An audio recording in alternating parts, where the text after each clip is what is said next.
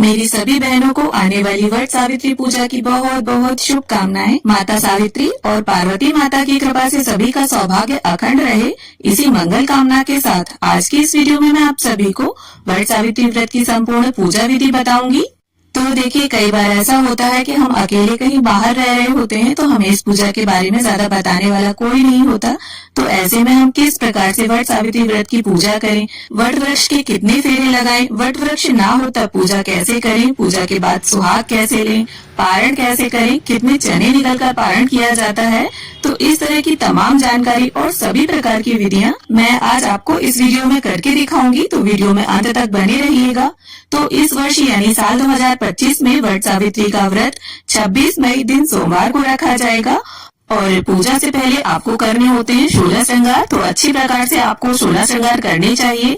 अपनी शादी का जोड़ा, चुनरी ये पहने और महावर, आलता, मेहंदी इत्यादि लगाकर, चूड़ियां पहनकर, कुल मिलाकर दुल्हन की तरह सज धज कर हमें ये पूजन करना चाहिए। तो अच्छे प्रकार से तैयार होकर आप वट वृक्ष के पास जाएं और अगर वट वृक्ष के आसपास कूड़ा करकट या किसी भी प्रकार की गंदगी दिखाई दे तो उसे साफ अवश्य कर ले। तो देखिए, मैं यहाँ पर एक वट वृक्ष के पास आ गई हूँ और काफी पुराना वट वृक्ष है ये। आप देख पा रहे होंगे इसमें जटाएं निकली हुई हैं। तो इसी प्रकार के वट वृक्ष का हमें पूजन करना चाहिए। तो दोस्तों, उत्तर भारत में ज्येष्ठ अमावस के दिन और दक्षिण भारत में ज्येष्ठ पूर्णिमा के दिन ये पूजन होता है, पर पूजा विधि और नियम जो है वो सेम ही रहते हैं। और इस प्रकार से छींटा देकर भूमि का पवित्रीकरण करके फेरी देते हुए हमें जल चढ़ाना होता है। और आप यहाँ पर चाहें तो अधिक मात्रा में भी जल अर्पित कर सकते हैं और इस जल में आप कच्चा दूध और कुछ मीठा भी मिला लें। इस सुहाग की चुनरी ओढ़ें और जो आपकी शादी में चुनरी चढ़ी हो वो उसे ओढ़कर आप पूजन करें।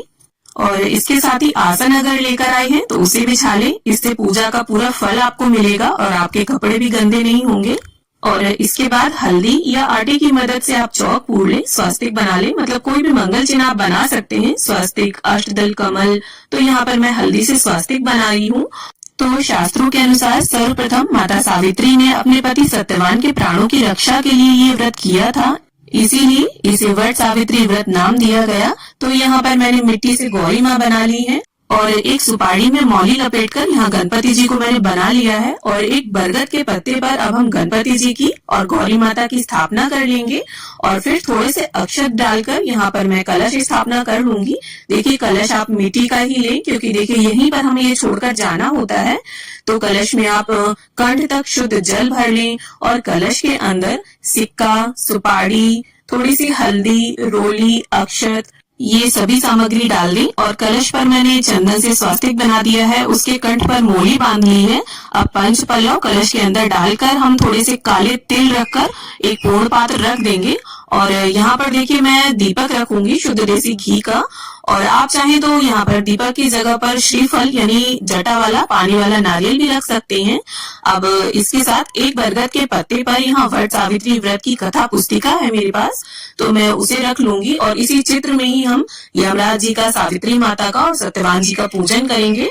जल और फूल की सहायता से स्नान की भावना से हमने सभी को छींटा दे दिया है और गणपति जी का, सावित्री माता का, गौरी माता का, यमराज जी का, कलश देव का, दीपक का, सभी का हम चंदन से तिलक कर लेंगे। और गौरी माता को और सावित्री माता को यहाँ पर हम सिंदूर अर्पित कर देंगे।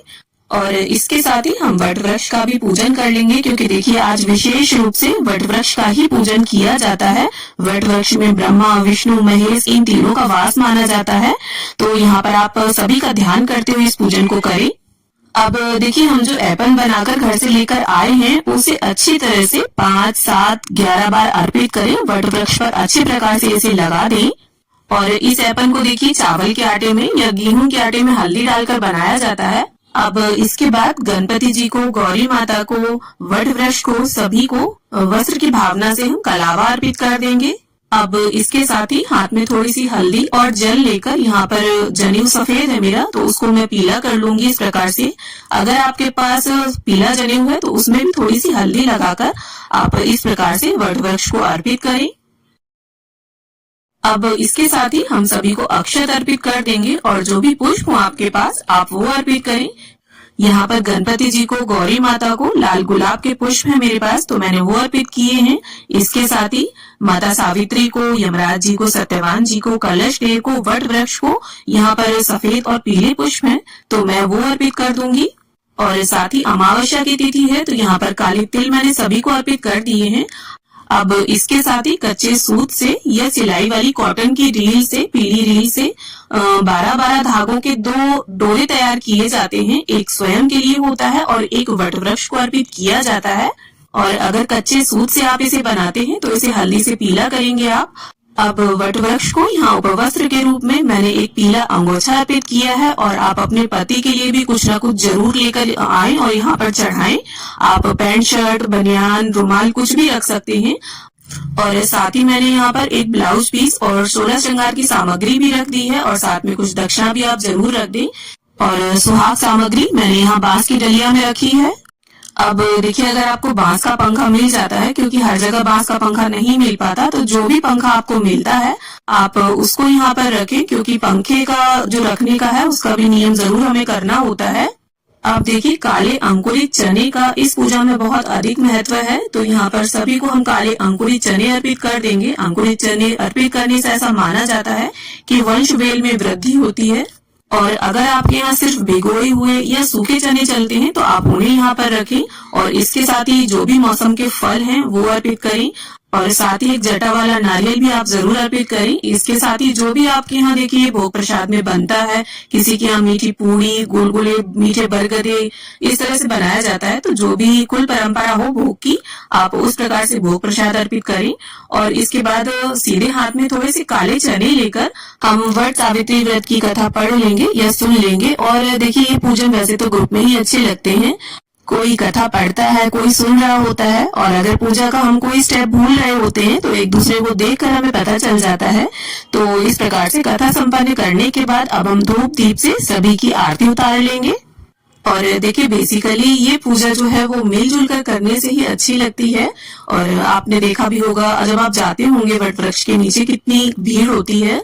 और कई बार ऐसा होता है, हम नई जगह पर शिफ्ट करते हैं तो ज्यादा हमें कोई जानता नहीं है, तो ये जो मौका होता है, इस समय में हम अपनी सखी सहेलियां बनाकर मेलजोल को बढ़ा सकते हैं।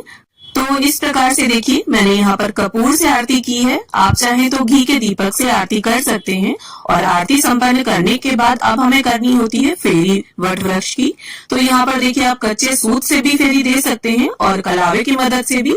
तो यहाँ मैं कलावे से फेरी दे रही हूँ और धागे को इस प्रकार से देखिए एक सिरे से अटकाकर हम फेरी दे लेंगे वट वृक्ष की। तो आप चाहें तो यहाँ पर 5, 7, 11, 21 उतनी जितना आपका धागा हो उतनी आप फेरी दे लें। और एक्स्ट्रा की जो फेरियां अगर आपको लगानी है तो आप काले चने से भी लगा सकते हैं, या हाथ में काजू, किशमिश, मूंगफली दाना जो भी उपलब्ध हो आपके पास, आप बाकी की बची हुई फेरियां उससे लगा सकते हैं। और आप अपने सामर्थ्य के हिसाब से इन फेरियों को लगाएं। और देखिए, सबसे उत्तम तो जो है वो 108 फेरियां होती हैं, लेकिन ये पूरी तरह से आपकी शारीरिक क्षमता पर निर्भर करता है, क्योंकि देखिए काफी धूप हो जाती है। तो जितनी आपके शरीर में क्षमता हो उतनी आप फेरियां लगाएं, क्योंकि देखिए ऐसा ना हो देखा देखी में आप अपनी शारीरिक सामर्थ्य के ऊपर फेरियां लगा लें और बीमार पड़ जाएं, तो ऐसा ना करें आप। के साथ ही जो भी पंखा आपने चढ़ाया था यहाँ पर, उससे वट वृक्ष को पंखा झल देंगे, पंखे से हवा कर देंगे। और इसी पंखे से सबसे पहले हमें अपने पति को भी हवा करनी होती है। और ये पंखा हमें नया चढ़ाना होता है। और जो डोरा हमने चढ़ाया था, एक तो वट वृक्ष को अर्पित कर दिया था, और जो दूसरा डोरा है उसे हमें स्वयं धारण करना होता है पति के हाथों से। अब इसके बाद देखिए, हमें एक नए सिंदूर की डिब्बी लेनी होती है, लाल या पीला, जिस भी सिंदूर से आपकी मांग भरी गई हो शादी में, और उसे अपनी चुनरी के छोर में रखकर इस प्रकार से हमें गौरी माता को ये सिंदूर अर्पित करना होता है और फिर सावित्री माता को।